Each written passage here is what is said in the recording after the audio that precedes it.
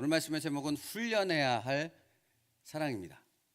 요한복음 15장 12절 말씀에 보면 예수님께서 이렇게 말씀하셨습니다. 내 계명은 곧 내가 너희를 사랑한 것 같이 너희도 사랑하라, 서로 사랑하라 하는 이것이니라. 여기서 주님은 분명하게 이렇게 말씀하고 있습니다. 내가 너희를 사랑한 것 같이 너희도 서로 사랑하라. 그러므로 여러분 먼저 성령 하나님께서 주님이 나를 얼마나 사랑하시는지를 깨닫게 하시는 일은 당연한 겁니다. 당연한 순서라고요. 다시요. 내가 너희를 사랑한 것 같이 너희도 서로 사랑하라 라고 주님이 말씀하셨다고 했잖아요. 그러면 먼저 알아야 될 것, 우리가 먼저 경험해야 될 것이 무엇입니까? 내가 너희를 사랑한 것 같이가 먼저입니다. 그러니까 이것이 없으면 내가 너희를 사랑한 것 같이를 알지 못하면 너희도 서로 사랑하라가 될 수 있습니까? 없습니까? 없습니다. 이게 단순한 것 같지만요, 이것만큼 중요한 게 없는 거예요. 이것만큼 중요한 게 없다고요. 우리가 사랑해야 된다, 사랑해야 된다, 사라고 말씀하셨다 이렇게 입처럼 되뇌이는 이것이 우리의 의지나 우리의 노력이나 우리의 힘으로 될 수 없다라는 사실을 우리는 끊임없이 깨닫지 않습니까? 여러분 어제도 사랑하셨습니까? 그제도 사랑하셨습니까? 주님의 말씀처럼, 주님께서 말씀하셨던 것처럼 우리는 서로 사랑해야 된다는 사실을 모르지 않습니다. 근데 서로 사랑한다라는 것이 거의 불가능, 아니 거의라는 말도 필요 없습니다. 불가능하다는 사실을 우리는 거듭거듭 느끼지 않습니까? 일례를 들어볼까요? 여러분 부부가 서로 사랑합니까? 안 합니까? 사랑합니다. 사랑해서 만나서 사랑해서 결혼했습니다. 사랑하십니까? 여기 기준은 지금 제가 사랑하십니까? 라는 이 질문의 기준은 주님께서 말씀하신 그 말씀을 기준으로 하는 거예요.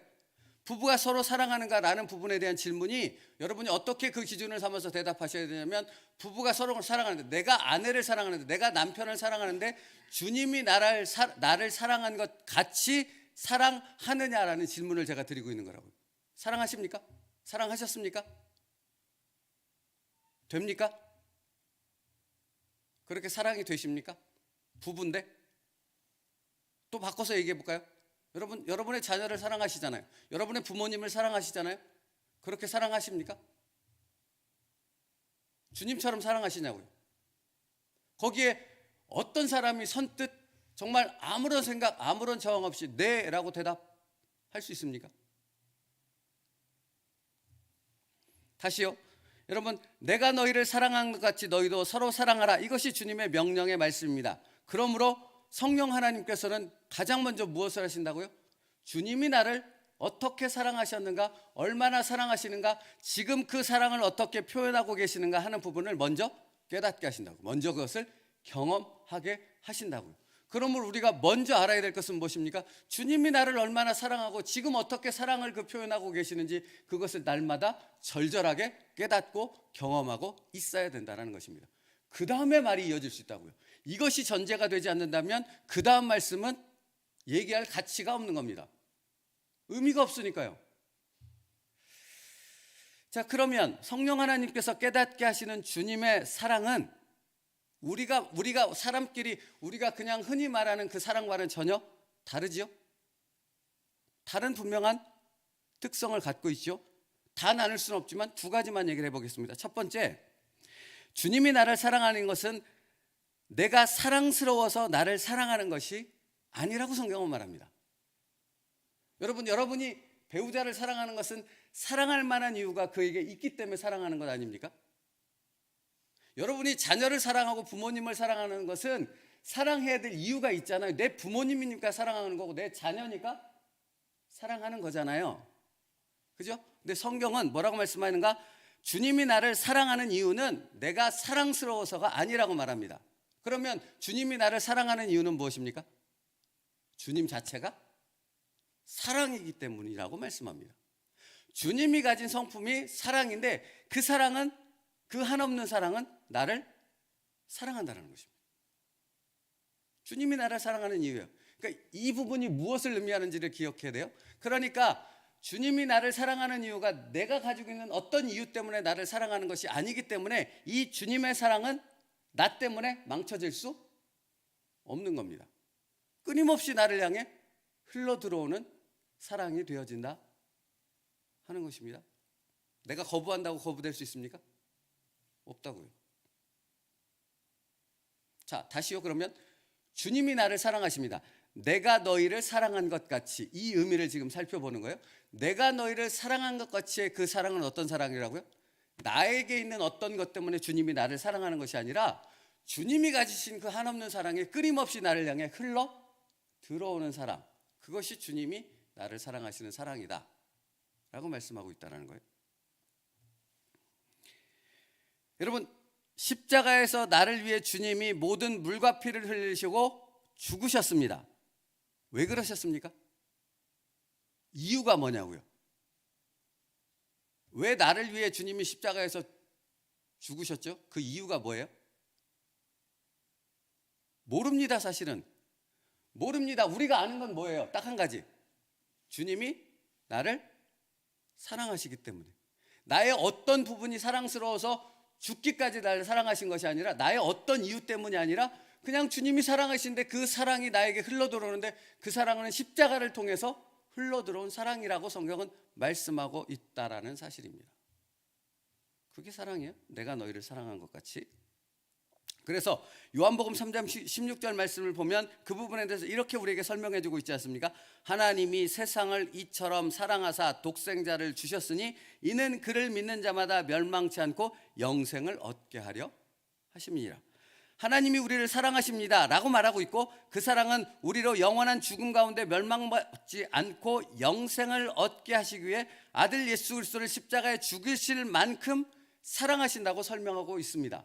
나로부터 시작된 어떤 사랑받을 만한 어떤 이유가 있기 때문에 나를 사랑한다고 전혀 설명하고 있지 않다라는 것입니다. 그냥 사랑하신대요. 하나님이 사랑하시기 때문에 사랑하신대요. 얼마만큼 사랑하시는가? 아들을 십자가에 죽일 만큼 우리를 사랑하신다라고만 설명하고 있다는 거예요. 그냥 무조건적으로 흘러 들어오는 사랑이라고 설명하고 있다고요. 그러므로 여러분, 내가 너희를 사랑한 것 같이 너희도 서로 사랑하라는 말씀 속에서 분명하게 깨닫게 되어지는 것은 무엇입니까? 내가 사랑해야 될 이 사람은 사랑받을 만한 조건이 있으므로 사랑을 줘야 되는 겁니까? 그렇다면 우리가 말씀을 잘 모르는 거죠. 주님의 사랑을 잘 깨닫지 못한 거죠. 사랑할 만한, 사랑받을 만한 조건이 없지만 흘려 보내는 사랑이 주님의 사랑이라는 겁니다. 우리가 사랑해야 될 방식이 바로 그 사랑이라 하는 것이에요. 자, 이걸 조금 더 들어가서 생각해 보죠. 여러분, 다시요, 부부관계로 설명합니다. 아내를 사랑하십니까? 남편을 사랑하십니까? 근데 그 사랑은 어떤 사랑이어야 된다고 주님은 말씀하고 있어요? 내 아내가, 내 남편이 뭔가 사랑받을 만한 조건이 내게 보여짐으로 그게 용납이 되어져서 그 안에서 내 배우자를 사랑해야 된다라고 말씀하고 있는 것이 아니라고요? 주님이 내게 흘려보내신 그 사랑으로 나는 사랑받을 만한 그 조건이 아무것도 보이지 않지만 그 사랑을 계속해서 흘려보내는 사랑이어야 한다라고 말하는 것입니다. 여러분, 왜 제가 자꾸 부부 가족관계에서 이 사랑을 설명하는 줄 아십니까? 주님의 그 사랑이 가족관계에서, 우리 가정 안에서 이루어지지 않는데 어떻게 공동체 안에서 이루어지겠습니까? 어떻게 공동체 안에서 이루어지지 않는데 이 공동체를 떠나 아무 관계도 없는 전혀 모르는 사람에게까지 그 사랑이 전해질 수 있겠습니까? 가능해요? 불가능하다는 거죠. 여러분, 그래서 챔버스 목사님이 이 부분에 대해서 정확하게 이렇게 설명하고 있어요. 들어보세요. 주님은 내게 말씀하십니다. 내가 너를 사랑한 것과 같은 사랑으로 다른 사람에게 그 사랑을 보이라.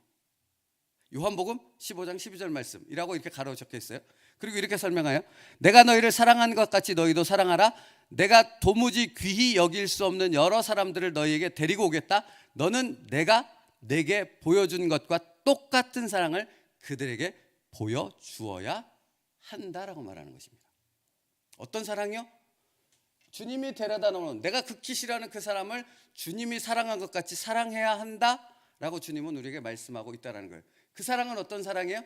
이 사람에게 어떤 좋은 점, 사랑할 만한 점이 보이기 때문에 사랑하는 것이 아니라 주님이 나를 그렇게 사랑하신 것처럼 나도 그를 똑같이 사랑해야 된다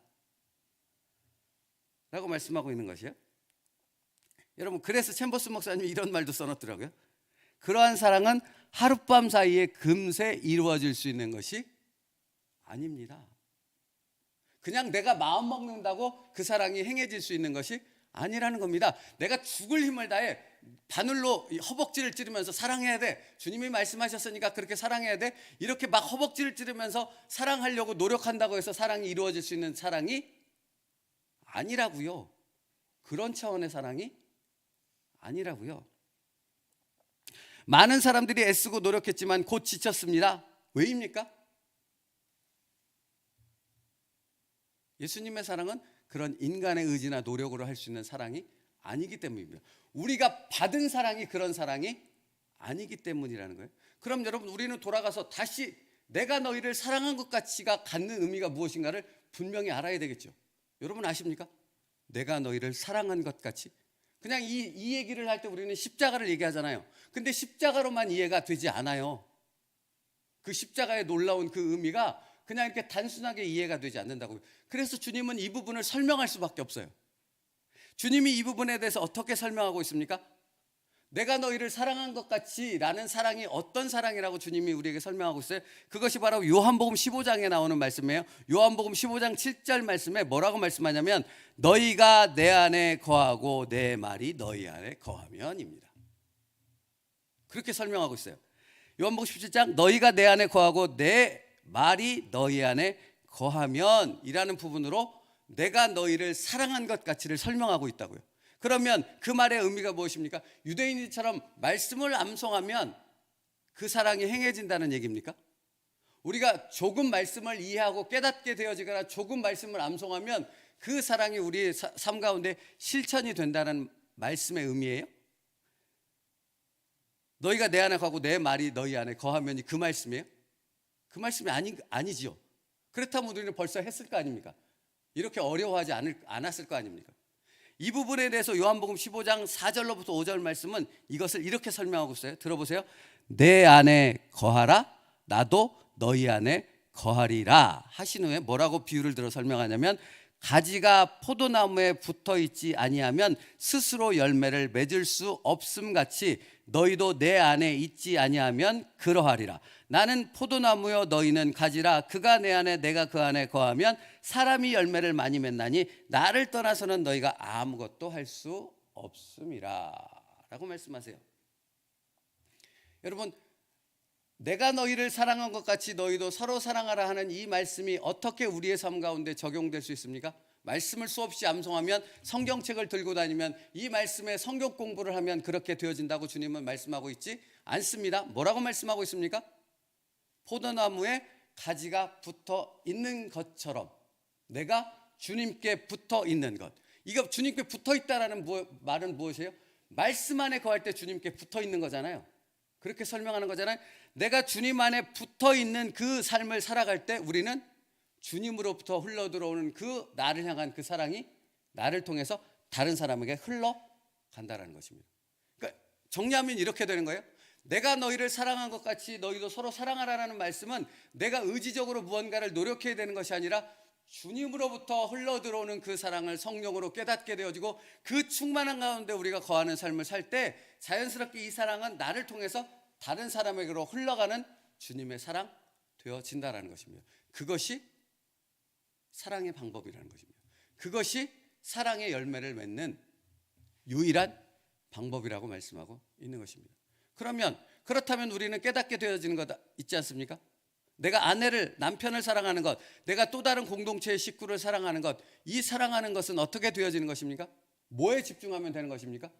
내가 말씀 안에서 주님께 붙어 있는 것에 집중할 때, 그것을 훈련할 때 그 사랑은 저절로 이루어진다는 것입니다. 여러분, 공동체 안에도 시기 질투와 끊임없이 다른 사람을 미워하는 마음, 그런 걸로 인한 갈등이 많습니까? 없습니까? 많습니다. 교회 공동체 안은 오히려 더 많습니다. 더 많아요. 그런 싸움과 다툼이. 왜 그런 줄 아세요? 자기가 사랑하려고 하기 때문에 그러는 거예요. 자기가 자기 힘으로 뭔가를 하려고 그러니까 안 되는 거예요. 끊임없이 실패하고 끊임없이 좌절하는 거예요. 근데 주님은 뭐라고 말씀하는 거예요? 주님의 그 깊은 사랑 안에 거하라. 그 주님 깊은 사랑 안에 거한다는 것은 무엇입니까? 말씀을 통하여 주님께 붙어 있는 것이다. 우리의 초점을 거기에 맞추고 주님의 그 깊은 사랑을 우리 안에서 누리게 되어졌을 때 그 사랑은 다른 사람을 사랑하는 열매로 반드시 이어지게 되어 있다라는 것입니다. 여러분, 그러니까 우리의 초점이 바뀌어져야 되는 거예요. 왜 사랑이 안 되는 것이지? 왜 사랑의 열매가 맺어지지 않는 것이지? 그건 내가 주님께 붙어 있지 않아서 그런 거예요. 너희가 내 안에, 내가 너희 안에 거하면이라는 그 말씀의 의미를 제대로 알고 있지 못하기 때문에 그런 거예요. 부부간의 사랑도 마찬가지라니까요. 왜 안 되는 거지? 이 부분의 핵심은 뭐였어요? 키포인트는 어디에 있는 거예요? 내가 지금 주님의 말씀을 통해 주님 안에 온전히 붙어 있으므로 공급받음이 제대로 이루어지지 않기 때문에 문제가 있다는 거예요. 그러니까 여러분, 이 부분에 대한 부분을 통해서 우리는 무엇을 깨닫게 되죠? 문제가 상대방에게 있는 거예요? 나에게 있는 거예요? 사랑하지 못하는 것은 문제가 이 사람에게 있는 거예요? 나에게 있는 거예요? 나에게 있다는 거예요. 주님은 분명히 그렇게 말씀한다는 거예요. 왜 공동체 안에 사랑이 이루어지지 않는가? 왜 내가 시기와 질투하며 그 사랑 안에서 이렇게 괴로운 삶을 살아가는가? 나에게 있는 거라니까요. 내가 주님 안에 포도나무인 주님께 온전히 붙어있는 그 은혜 안에 있지 않기 때문에 그런 거라고요. 내가 너희를 사랑한 것 가치가 아직 온전히 내 삶에서 소화되지 않고 있다니까요. 제가 말씀드렸잖아요. 말씀을 전하는 것도 다르다니까요. 말씀을 소화해서 전하는 것과 말씀을 그냥 이렇게 무슨 컨트롤 C에서 컨트롤 V로 복사하듯이 그렇게 하는 것과는 다르지 않겠습니까? 당연히 사랑이 그렇다니까요. 내 안에 주님의 사랑이 얼마나 풍성히 거하느냐, 그 사랑이 이 안에서 얼마나 깊이 깨달아지고 누려지고 그 은혜의 감격 가운데 있느냐가 다른 사람을 사랑하는 것으로, 열매 맺는 것으로 직결되어 있다라는 것입니다. 그래서 주님은 우리에게 마땅히 이렇게 명령하실 수밖에 없는 거예요.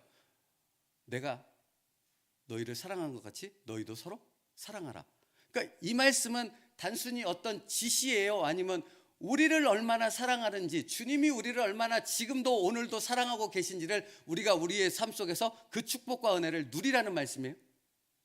누리라는 말씀이잖아요. 그냥 뭘 지켜라 그러면 내가 축복해 줄게, 이 말씀이 아니라는 거예요. 나에게 주시는 은혜예요. 나에게 주시는 복인 거예요. 서로 사랑하라는, 나를 사랑하는 그 사랑을 누리며 살아가는 그 축복의 말씀이라는 거예요. 그렇잖아요. 내게 먼저 복인 것입니다. 내게 먼저 은혜인 것입니다. 서로 사랑하라는 것은. 근데 이걸 깨닫지 못하면 서로 사랑하라는 말씀이 짐이 되는 거예요. 사랑할 수 없는데 사랑해야 되니까 이것만큼 괴로운 게 없는 거예요. 근데 그게 아닌 거죠. 내가 너희를 사랑한 것 같이 라는 말씀을 깨달으라는 말씀이니까 이것만큼 내게 축복된 말씀이 없다라는 거예요. 제대로 깨달아 알아야 된다는 거예요. 그러니까 챔버스 목사님이 오늘 말씀의 제목처럼 뭐라고요? 사랑은 그냥 저절로 되어지는 것이다? 아니다. 훈련해야만 되는 것이다. 어떤 훈련? 내가 이 사람을 사랑하기 위해서 애쓰는 훈련인가요? 아니라고요. 내가 주님께 붙어있는 훈련이에요. 끊임없이 주님으로부터 온전히 공급받는 것이 정말 그 은혜와 감격이 느껴지는 그 훈련을 하라는 거예요. 사랑의 훈련은 그걸 말씀하고 있는 거예요. 그러므로 여러분, 내가 너희를 사랑한 것 같이 너희도 서로 사랑하라는 말씀이 우리의 삶에서 어떻게 순종되어지고 실행될 수 있는 것입니까? 내 안에 거하라, 나도 너희 안에 거하리라. 가지가 포도나무에 붙어 있으면 이라는 것으로 이것이 실행될 수 있는 것이라는 겁니다. 그래서 이렇게 말씀하신다니까. 나는 포도나무여 너희는 가지라. 그가 내 안에 내가 그 안에 거하면, 그러면 뭘 많이 맺을 수 있어요? 열매를 많이 맺을 수 있나니. 열매가 무엇입니까? 내가 주님처럼 다른 사람을 사랑하는 열매입니다. 뭔가 대단한 열매가 아니고요, 뭔가 외형적으로 사람들이 칭송하는 그런 열매가 아니고요, 내가 주님의 사랑을 흘려보내서 그 사랑이 다른 사람에게 전달되는 열매입니다. 그러므로 여러분, 성경에는 성령의 9가지 열매를 맺을 것을 말씀하고 있잖아요. 그죠? 9가지 열매는 어떻게 맺어지는 것입니까? 내가 성령의 다스리심을 받아들일 때 맺어질 수 있는 겁니다. 내가 뭘 말씀을 기억하고 의지적으로 노력해서 되는 게 아니라 성령의 다스리심을 받고 그 성령 하나님을 인정하며 그 성령 하나님께 내 모든 것을 내어드릴 때 맺어지는 열매가 성령의 9가지 열매가 되어진다는 거예요. 그래서 챔버스 목사님이 이렇게 말씀하세요. 하나님이 내게 하시는 첫 번째 일은 위선과 겉모양을 부수는 것입니다. 맞죠? 이것만큼 맞는 말씀이 없어요. 왜 그렇죠? 성령의 다스리심을 받으려면 내 안에 위선과 거짓과 다른 어떤 세상적인 것들이 가득 차 있으면 성령이 나를 다스릴 수 있어요? 나를 사용할 수 있어요? 사랑의 열매를 맺을 수 있는, 성령의 열매를 맺을 수 있는 도구로 쓰실 수 있습니까? 없습니까? 없다고요. 없으니까 뭐부터 성령님은 하시겠어요? 이걸 부수는 일부터 하는 거라고요. 당신의 삶 가운데 사랑하는 부분으로 살아가는, 그러니까 내가 너희를 사랑한 것 같이 그 엄청난 사랑과 은혜와 감격을 누리게 하기 위해서는 성령 하나님이 내 안에서 뭐부터 하신다고요? 부수기부터 하신다고요. 새 집을 지으려면 옛 집을 부수는 일부터 하신다니까요. 그러니 괴롭습니까? 안 괴롭습니까? 괴롭다고요. 하지만 이게 은혜라고요. 이게 감사라고요. 하나님의 복이라고요. 우리가 가진 이 세상에서 형성된 잘못된 틀들을 다 깨 부수는 것입니다. 성령 하나님은 그걸 놔두고서는 할 수가 없으니까요. 하실 수가 없으니까요. 우리 안에 어떤 틀이 있다니까요. 여러분, 우리가 가진 틀이 있습니다. 그 틀은 하나님이 주신 틀이 아니라 세상으로부터 우리에게 형성된, 우리 가운데 나도 모르게 자리 잡게 된 틀이 있다고요. 그 틀이 있는 한 내가 너희를 사랑한 것 같이 그 사랑을 흘려보낼 수 있는 가지의 역할을 할 수가, 통로의 역할을 할 수가 없다고요. 그래서 성령 하나님께서 무엇부터 하신다고요? 그 틀부터 완전하게 깨부시는 일부터 하신다고요. 그게 무엇을 하시는 거예요? 우리 안에 예수 그리스도의 사랑의 그 은혜의 감격에 깊이 잠길 수 있는, 그 복을 누릴 수 있는 기초 작업이 되어지는 거라고요. 그것을 통해 놀라운 열매로까지 나아갈 수 있는 것이고요. 그러므로 여러분, 다시요, 포도나무인 예수님께 붙어 있는 것은 뭘 하는 겁니까? 무엇을 하는 거예요? 예수님의 말씀 안에 예수님께 붙어 있는 것을 집중해야 된다라고 말씀입니다. 이걸 다른 말로 표현하면 성령께서 나의 틀을 부수는 것을 인정하고 기꺼이 그거에 순종함으로 나의 것을 내어드리며 그것을 따라 순종하는 삶을 살아가는 것, 그것이 붙어 있는 것이에요. 그게 붙어 있는 거라고요.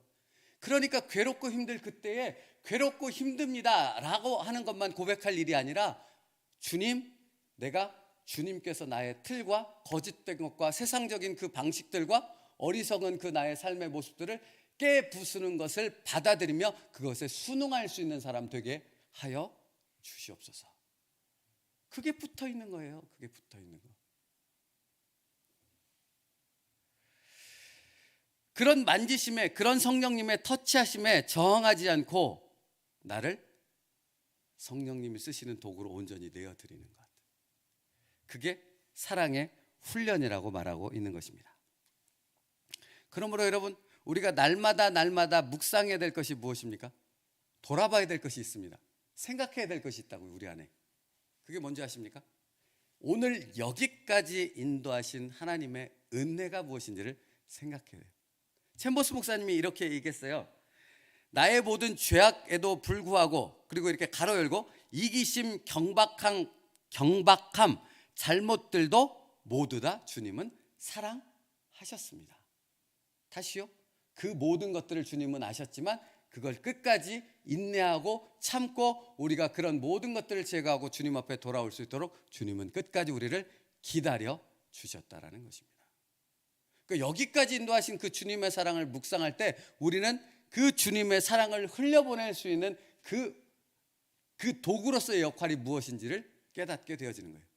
여기까지 인도하신 그 주님의 사랑처럼 나도 이 사람을 참고 인내하며 견뎌줘야 하는 거죠. 어디까지? 주님이 나를 여기까지 인내하신 것처럼.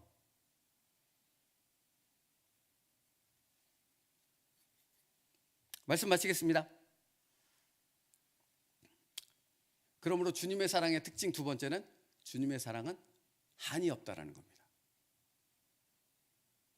여러분 그러니까 오늘 말씀 분명해요. 이 사랑은 내 힘으로 할 수 있는 사랑이 절대 아니다라는 고백이 되는 거고, 그러면 이 사랑은 주님으로 인하여 할 수 있는 사랑인데, 그 주님으로 한다라는 것이 무엇입니까?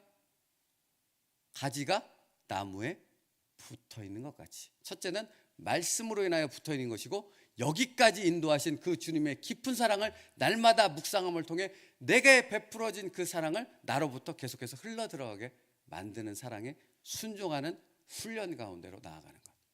그게 우리를 훈련하시는 주님의 사랑이라는 것입니다. 이 사랑을 우리의 삶 속에서도 오늘 누릴 수 있는 은혜가 있기를 축복합니다.